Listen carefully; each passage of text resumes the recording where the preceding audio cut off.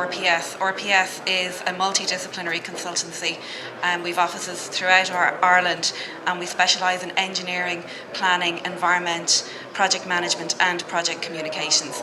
I have a dedicated team of project communications consultants working in our offices in Dublin and Cork and Galway, and in fact most of the work that we do is on projects that are not necessarily RPS engineering projects.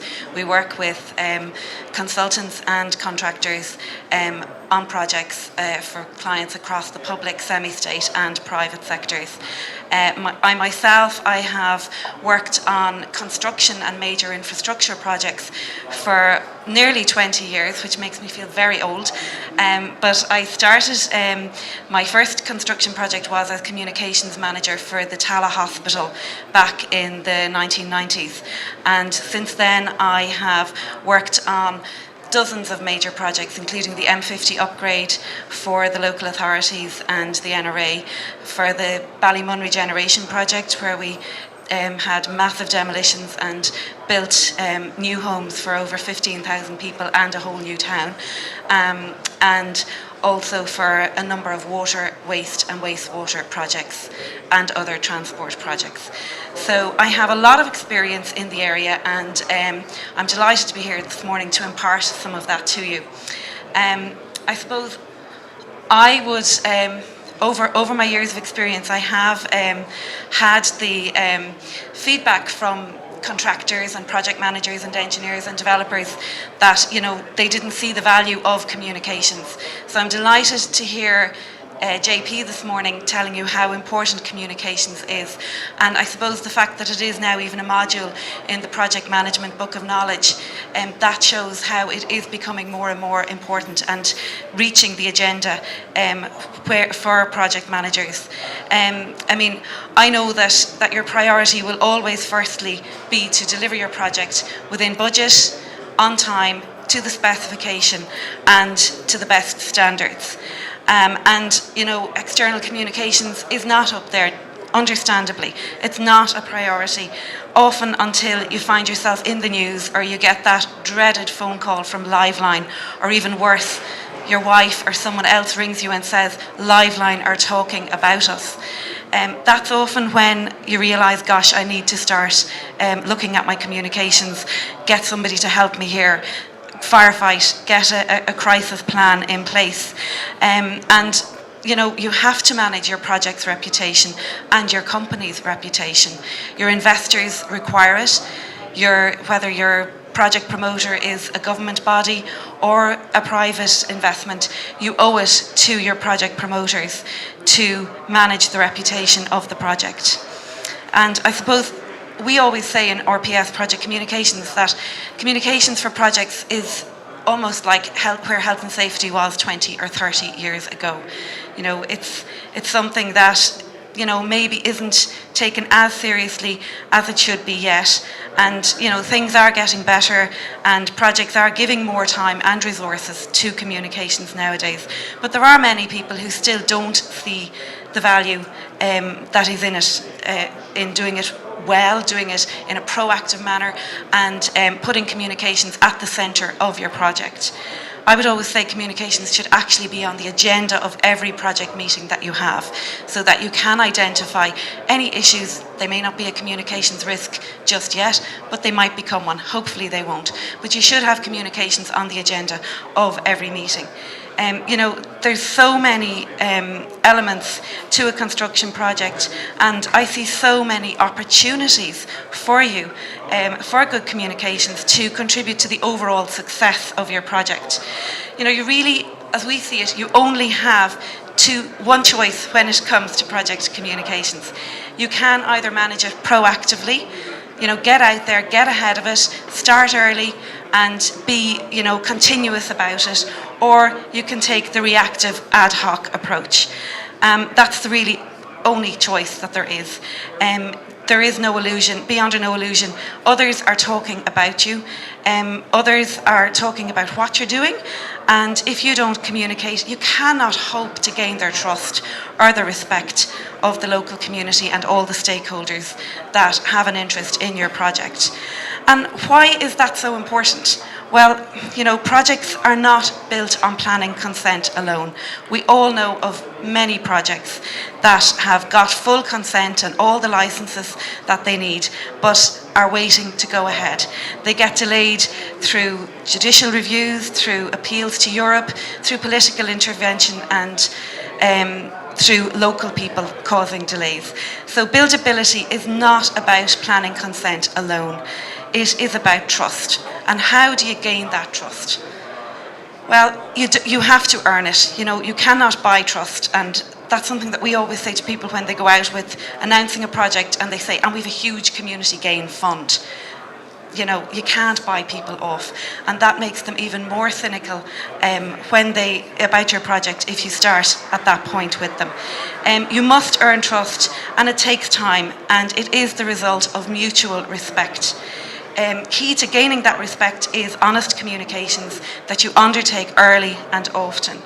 People don't want to find out about a project happening in their community from a second-hand or a third-hand source. They don't like surprises, none of us do. Change is hard enough for most of us. We're busy, we're going about our lives. People's homes and their locality and their community is of absolute paramount importance to them. So being proactive with your information and listening to what is being said, you're demonstrating the respect for the stakeholders and the community that you want to work in. And at the end of the day, any construction project is a long-term investment in a community. You're going to leave a legacy there. You want to leave a positive legacy. You want your project to get off the ground with the best possible start. So you should be telling your neighbours what you're planning to do in their community. You should be asking them for feedback. Don't assume that you know what they want. Don't assume that you know what they want to hear, when they want to hear it, how they want to hear it. Ask them, do they want to have a website? Do they want to have a WhatsApp group? Do they want to have a newsletter put into their door every 3 months or every 6 months? Do they want to have a meeting once a month or once every 6 months? I worked on a project, a wastewater project for Dún Laoghaire Down years ago for the Shangana wastewater treatment plant out in Shankill, and we had not public meetings, but residence meetings with the local people for about 8 years. It got to the point where the project was fully commissioned and up and running, and the local residents said, can we stop the meetings now? We've got enough. That's what you want. You don't want them banging on the door, or worse, ringing their politicians to say, I'm not getting enough access, I'm not getting enough information. Don't assume that you know how they want to be communicated with. Things like traffic management plans are ideal ways to show people that you respect and you're interested in knowing what they want, and that you can take their feedback to enhance your project. I see my time is running short there, so I need to move along quickly. Another reason why communications is so important to projects nowadays is as a result of all of the knowledge that we have. We're in the knowledge age, and that has resulted in everything becoming much flatter. Decision making, long ago, it was decided, it happened. Nowadays, people have greater knowledge, greater access to information, and they're questioning everything. So you have to be ready for that questioning.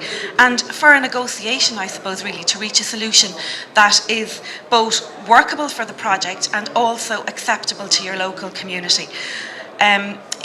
We operate with a 24-hour news feed constantly.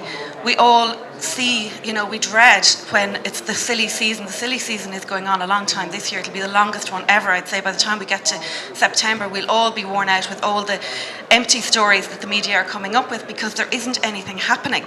And the media have 24 hours of news to fill every minute and second of the day. As I said earlier on, good news is no news, and bad news is always news. So if you have bad news that is going to happen or you think might happen, get your communications expert on board as soon as you know about it, so that they have time, because the only friend of managing a problem or bad news is time. The more time we have, the more we can help to manage your project, your story, and move it on in a way that enhances and manages the reputation of your project. You should also be actively listening to what is happening. We monitor media and social media and all the conversations that are ongoing about projects and about issues that are relevant and related to projects that we work on, so that we can get ahead of issues and be prepared and ready for if and when the media contact us. Also remember that nothing happens under the radar anymore. People love to say 10 or 15 years ago, oh, well, today's newspaper is tomorrow's chip wrapper. Not anymore, I'm afraid. It's online forever, forever and ever and ever. And there's no getting away from it. So everything you say, everything you do is out there, and you have people, citizen journalists, who will record a conversation, will record a meeting. You cannot slip up at any stage. So communications, managing it, and having experts to help you manage it is absolutely paramount to your project's success and reputation. You have your risk register for the problems that you hope will never happen, but which are possible in any infrastructure or construction project. And these will include things like, sorry, I've actually forgotten about my slides. These will include things, they aren't working. These will include, I had a few pictures there of protests from people, sabotaging building sites, burying themselves underground on a construction site. When I worked on the M3 motorway a number of years ago, we had a young woman buried herself underground. I've worked on a number of separate fatal accidents on construction sites where, one, I was on the road to Cork for a long weekend, got a call at 9:30 on the Saturday morning where a construction worker had been killed, and I came back up and organised communications, managed it, and ensured that everyone, including local politicians, were briefed and had the proper messaging. You'll have industrial relations problems, you'll have different types of protests and environmental campaigns. You'll also have court injunctions that will stop your project or delay it. And you have issues like harmful substances like asbestos or pyrite that will delay your project and cause doubt and uncertainty about it. So you need to have a communications plan in place to manage all of that. Implementing the project communications plan early and proactively and on an ongoing basis is when you get real value. Even a small investment can reap long-term benefits for your project. One of the key elements in how we manage project communications and crisis for clients is when we have a long-term involvement in the project. Even if that's only, if the project can only afford a day a month, that is better than nothing, because it means that your communications team are on top of the issues. When a crisis arises, they're able to hit the ground running to work out solutions. Also, it means that if you have ongoing communications with your local community and all of your stakeholders, they also have some buy-in to the project. They understand, what it's about, why it's needed, and they trust you. They have some level of trust and belief in what you're doing, and they'll give you a bit of space and time to fix your problems if you have built up that rapport and trust with them over the years. I suppose as a conclusion, because I see my time is running short, you should aim to be the most reliable source of information about your project. You should always be honest, you should always be transparent. And, don't pass up opportunities to promote what you're doing and to communicate it and to listen to people. And even when things do get tough, keep the lines of communications open. One of the projects that I worked on years ago was the building of the Sutton pumping station for the city council. And we had a phone line in place, and we had monthly meetings with the residents. And sometimes you would feel when you're doing that with projects, really there's nothing new coming up. And sometimes contractors and project managers would say, really, is there value in this? And it's really only when all the little issues, everyone has a little issue. It's like scratching an itch, and something irritates me and it really festers and annoys me. But when I start sharing it with other people and they have their issues, and you've got suddenly 10 or 12 issues, and it becomes a huge problem on a project when you've got a big body of the local people or the politicians on your case, and then the media come on board as well.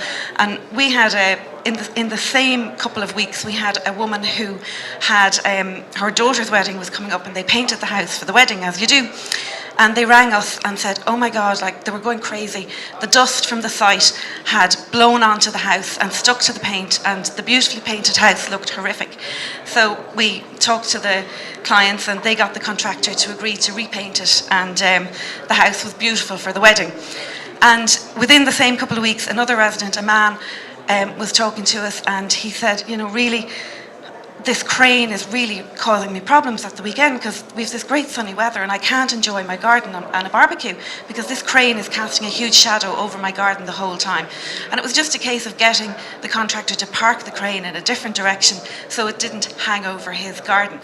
And all of these little things, there were myriad other small issues that all, were sorted out and dealt with. Now, when someone rang up a few days later to say the washing on her clothesline wasn't as perfect as it was when she'd hung it out, I drew a line there and I wasn't going to redo her laundry for her.